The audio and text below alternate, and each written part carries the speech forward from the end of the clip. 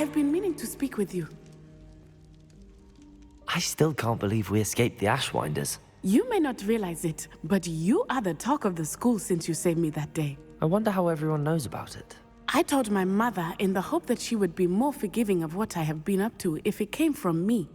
She likely told other professors, and news travels quickly. Unfortunately, she might, in fact, have been even less forgiving than I'd hoped. I don't blame her for being concerned. We have been involved in some dangerous activities. As the Ashwinders were locking me up and threatening my life, it did occur to me that my mother may have been right. Has Officer Singer done anything with the evidence we provided? She has not. Harlow is as strong as ever.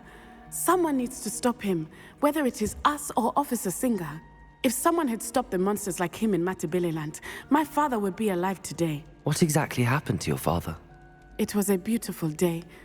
My mother had gone to tend to a neighbor who was ill, and so my father and I were galloping in the savannah. Galloping? Your father was also an animagus, I take it? He could become the most majestic giraffe, and he would carry me on his back, my arms around his neck. We were on our way home when we surprised a group of bandits who had come from our village. One of them saw me just as he removed a scarf from his face. He shouted and then aimed his rifle. He didn't want you to identify him. Exactly. In an instant, my father bowed his neck to protect me and was hit. As he fell, my father changed back into his human form. When the bandits saw this, they turned and ran in fear. Magic terrified them, and then he was gone.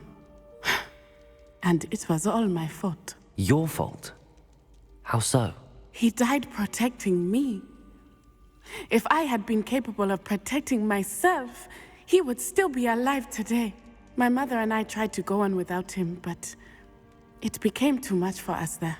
A few years later, we left to come to Scotland. Do you think taking down the Ashwinders will avenge your father's death? No. Vengeance is not what drives me. My father would not want that. He and my mother raised me to believe that it is a privilege to be able to fight for those who cannot. I know there is risk involved, but I feel it is worth it. I am glad you seem to think so too. What does your mother think about all of this? Well, as you saw, she worries a great deal. She is an excellent seer, but I think it bothers her to this day that she did not see my father's death coming. She misses him, as do I. So I believe on some level she understands my need to seek justice in a small way, but that does not mean that she likes it. Do you think your father would approve of the things we've been doing? Oh my, that is a good question. In theory, yes, although he would worry as my mother does. But I think he, of all people, would understand my persistence. My father never shied away from a fight for good, no matter how ruthless the foe. And I think he would have enjoyed knowing that I had a compatriot like you. I'm sorry, Natty. I can't imagine what you've been through. Your father sounds exceptional. He was. Truly extraordinary. And thank you for your kind words. We all have our burdens. My father had a saying about that. Yes, I remember. Rain does not fall on one roof alone. Exactly. Soon you and I will put an end to the Ashwinders, beginning with Harlow. And once he is gone, we will turn our attention to Rookwood. We are making progress, and we will succeed. Thank you again for saving me.